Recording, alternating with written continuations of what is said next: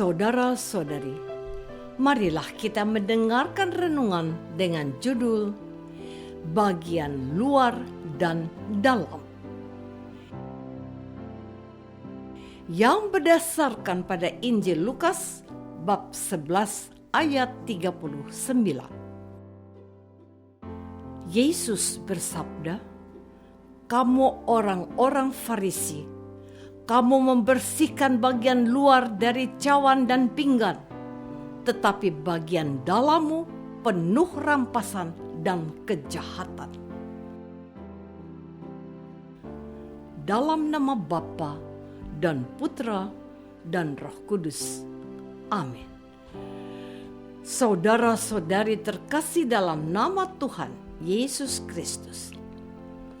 Ketika Yesus selesai mengajar, seorang Farisi mengundang dia untuk makan di rumahnya. Maka masuklah ia ke rumah itu, lalu duduk makan. Orang Farisi itu melihat hal itu dan ia heran karena Yesus tidak mencuci tangannya sebelum makan. Tetapi Tuhan berkata kepadanya, "Kamu orang-orang Farisi, kamu membersihkan bagian luar dari cawan dan pinggan, tetapi bagian dalammu penuh rampasan dan kejahatan. Hai orang-orang bodoh, bukankah Dia yang menjadikan bagian luar, Dia juga yang menjadikan bagian dalam? Akan tetapi, berikanlah isinya sebagai sedekah, dan sesungguhnya semuanya akan menjadi bersih bagimu."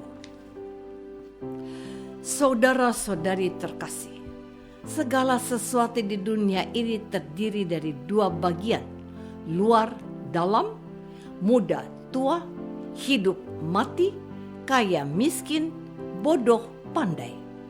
Begitulah kenyataan di dunia ini harus saling melengkapi dan dilengkapi agar bisa mempertahankan hidup. Seorang wanita dan seorang pria tidak dibedakan berdasarkan anggapan bahwa salah satu lebih tinggi dan yang lain lebih rendah derajatnya sebagai manusia. Namun, dibedakan berdasarkan peran yang dapat dibagikan sebagai manusia. Sumbangan terbesar seorang wanita adalah mengandung dan melahirkan seorang manusia. Hal ini tidak akan bisa dilakukan seorang pria selamanya. Peran mencari uang untuk mencukupi kebutuhan hidup, peran mendidik anak, peran mengelola keseharian rumah dapat dilakukan seorang suami dan seorang istri secara bersama-sama. Seorang anak memiliki semangat dan harapan yang luas akan masa depannya. Sebaliknya, seorang yang sudah dewasa akan lebih bijaksana, memandang masa lalu dan menyiapkan hidup selanjutnya. Seorang pimpinan mengatur seluruh komunitas agar berjalan bersama, meraih tujuan, sedangkan seorang bawahan melaksanakan tugas sehari-hari agar kebutuhan terpenuhi. Seorang biarawan secara penuh menjalani hidup rohani. Di sisi lainnya, seorang awam akan bekerja mencari uang untuk kehidupan sehari-hari.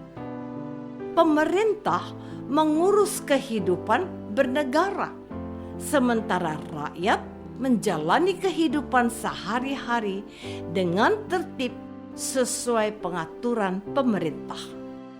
Jelaslah, kita tidak bisa dengan sombong menyatakan sanggup menjalani hidup seorang diri. Kita harus dengan rendah hati mengakui untuk membutuhkan orang lain agar hidup kita dan hidup bersama dapat dilalui dengan baik. Saudara-saudari terkasih, pada dasarnya kehidupan di dunia ini tidak sempurna. Setiap makhluk, termasuk manusia, memiliki berbagai kelemahan, saling mendukung dalam berbagai bentuk akan menyelamatkan kehidupan bersama. Inilah yang dilakukan para orang tua ketika mereka dengan sabar merawat dan mendidik anak-anaknya. Begitu juga dengan para guru yang memahami kemampuan para muridnya ketika mereka belajar. Jika seseorang diperlakukan lebih baik, sedangkan yang lainnya tidak diperhatikan, akibatnya ada seseorang yang tidak bisa keluar dari kekurangannya. Orang itu tidak mengalami kebaikan dari orang lain. Seorang manusia juga tidak bisa terus-menerus menonjolkan kehebatan dirinya. Bukankah setiap manusia memiliki kelemahan? Sambil terus meningkatkan hal baik, kita juga diminta mengurangi kelemahan kita. Kehidupan yang sehat adalah ketika kita secara seimbang menghidupi kekurangan maupun kelemahan kita. Ketika hidup jasmani memang seharusnya dipenuhi, kehidupan rohani pun disehatkan. Ketika kepentingan pribadi harus diselesaikan, kepentingan sosial pun diberi waktu semestinya. Ketika waktu bekerja dilaksanakan dengan serius, waktu beristirahat pun tidak dilupakan. Saudara-saudari terkasih, apa yang hendak direfleksikan dengan bacaan hari ini dan penjelasan pada bagian sebelum ini adalah kesesuaian antara apa diucapkan dengan apa yang sungguh-sungguh dijiwai. Janganlah menjadi orang yang munafik atau menipu dengan penampilan fisik. Pada zaman Yesus, tindakan ini biasa dilakukan orang Farisi dan ahli Taurat. Mereka berdoa di pinggir jalan agar dipuji sebagai orang saleh. Mereka duduk di bangku paling depan di tempat ibadat dan menyombongkan diri telah melakukan aturan keagamaan. Mereka menuduh orang lain melanggar aturan agama, tapi mereka sendiri sebenarnya juga melakukan. Orang Farisi dan kita juga ibarat nisan yang dibangun dari batu marmer yang mahal dan indah, tetapi di dalamnya adalah tulang belakang belaka. Yesus hendak menegur agar apa yang diucapkan dan tindakan kita itu benar-benar selaras dengan pikiran dan penghayatan di dalam hidup rohani. Dengan demikian, orang lain tidak tertipu dengan penampilan kita yang palsu. Apakah hidup kita sudah selaras dengan apa yang kita ucapkan? Apakah hidup kita sudah dijalankan secara seimbang? Marilah kita berdoa.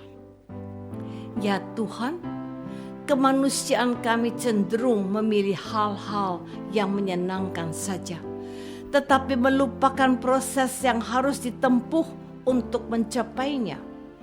Bukankah Yesus sendiri bersedia menjalani penolakan dan jalan salib hingga wafat, agar pada waktunya bangkit dengan mulia?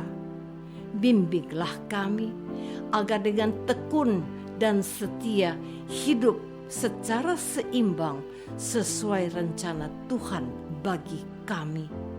Engkaulah Tuhan kami kini dan sepanjang masa. Amin. Semoga kita semua selalu dinaungi dan dibimbing oleh berkat Allah yang Maha Kuasa, Bapa dan Putra dan Roh Kudus. Amin.